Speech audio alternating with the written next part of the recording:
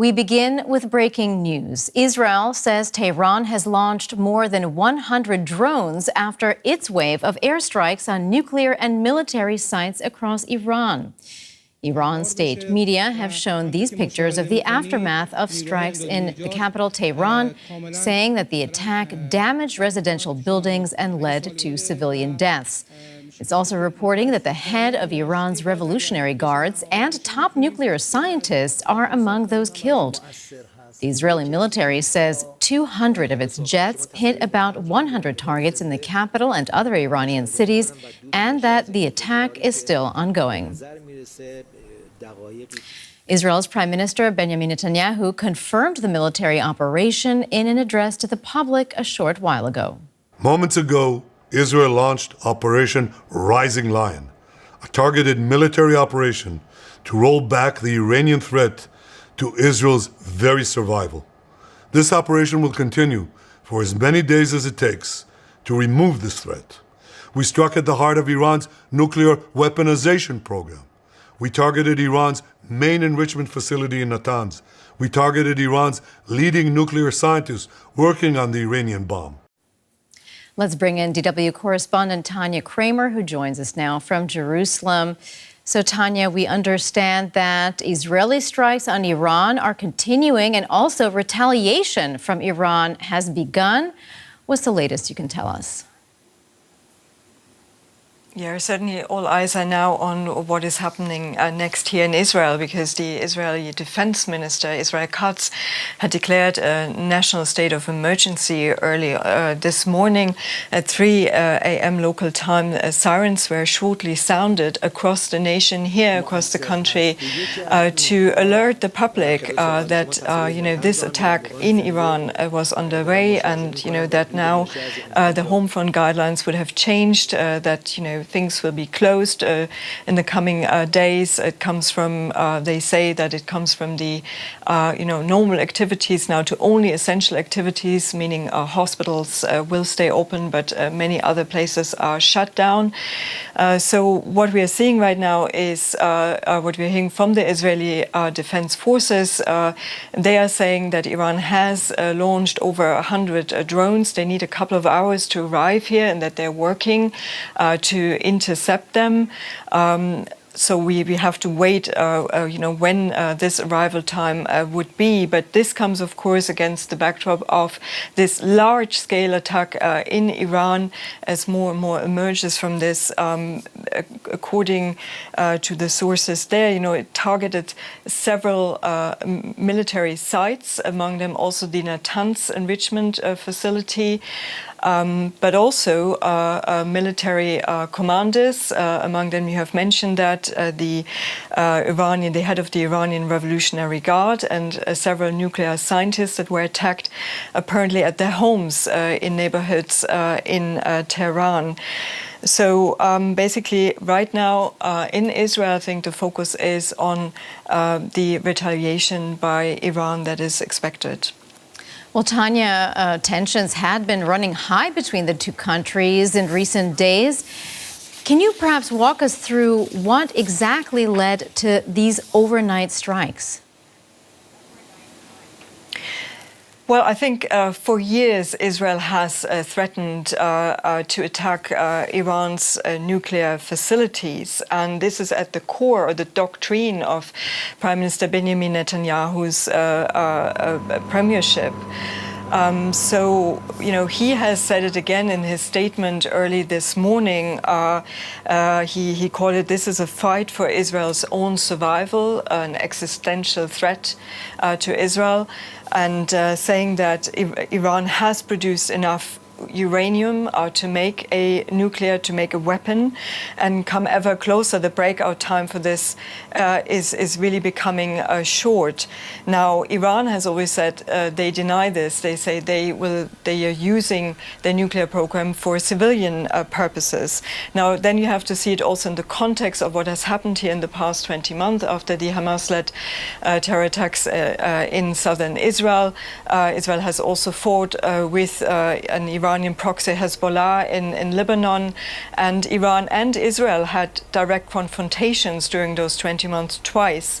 And last time in October, the Israeli military has said, or officials here have at least said, that they have taken out a large amount of their air defenses. So they had this window of opportunity, together with, of course, the concern about the nuclear program. So there was some expectation that this will happen, but we also have to say there were nuclear talks going on between the United States under Donald Trump and Iran, even scheduled for Sunday, but we don't know yet what will happen with them. Well, meanwhile, Israel is preparing for those retaliatory strikes from Iran, but is it counting on U.S. support? Well, I think absolutely. And last time we saw it, when there was a direct confrontation between those two countries, there was this sort of regional alliance, of course, with the Israel's closest ally, the United States, being involved in that. There was a sort of defensive shield against, not just drones, but also missiles that had been launched. But to be sure, this is not 100% as well, and at least a couple of missiles went through this defensive shield last time. Now, we heard, however, U.S. Secretary of State Marco Rubio saying that the U.S. was not involved in this strike, leaving some room for maneuvering. But still, I mean, analysts here are saying they couldn't, think of not having a green light from the United States to go ahead, although there have been conflicting messages by Donald Trump before. He has said he has urged Israel not to go alone or not to do this strike, to give diplomacy a chance. However, we have to wait and see. We have to hear from him.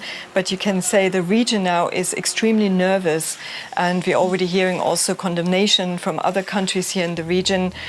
Jordan has closed its airspace now, so everybody's waiting for this retaliation. That was DW's Tania Krämer reporting from Jerusalem. Tania, thank you as ever.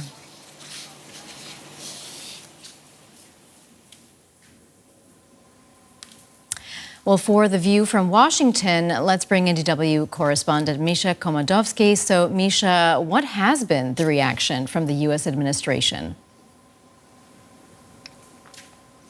Well, we've already heard from Secretary of State Marco Rubio. He has issued a statement distancing the U.S. from the operation while warning Iran not to retaliate against American interests. Here's what we know. Rubio confirmed that Israel acted alone, describing the strike as a unilateral action taken in what Israeli officials say was self-defense. The Secretary of State made clear that the United States was not involved in carrying out the attack, and he emphasized that Washington's top priority here and right now is the safety of American forces stationed across the region, and said the administration is in close coordination with the allies and partners on the ground. Rubio issued a direct warning to Tehran saying, and quote unquote, "Let me be clear, Iran should not target U.S. interests or personnel."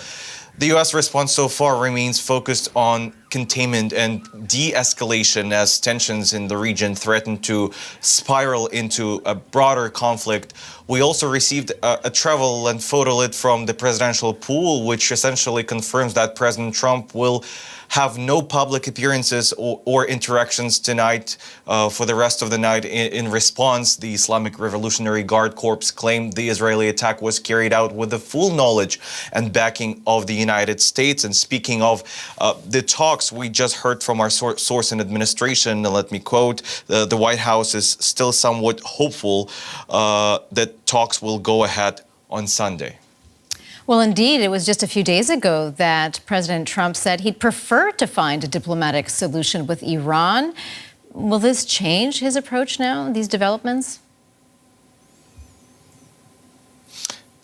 Well, President Trump told reporters recently the threat was serious and Iran should never be allowed to build and manufacture a nuclear weapon. He, as he stated publicly, preferred a peaceful diplomatic solution, but warned that time to make a deal was running out. And for weeks, President Trump was hopeful a deal with Iran could happen. But lately, that hope seemed to be fading away, and he previously stated he doesn't want Israel to attack Iran, while the two sides are still talking about a possible nuclear deal.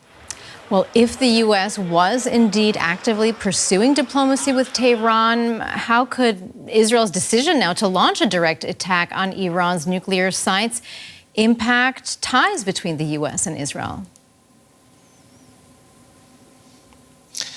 Great question. We don't know that yet. And Israel reportedly told the U.S. it was ready for a full-scale strike. And that was clearly enough for Donald Trump to shift the military posture in the region. So far, there is no indication that President Trump knew the strike would happen tonight. And according to a U.S. official, the military is preparing for all possible scenarios in the Middle East here, including possibly evacuating American civilians. President Trump will meet with his National Security Council at 11 a.m. on Friday, according to the White House schedule, and no word yet on any planned call between President Trump and Prime Minister Netanyahu. DW's Misha Komadovsky reporting from Washington. Misha, thank you.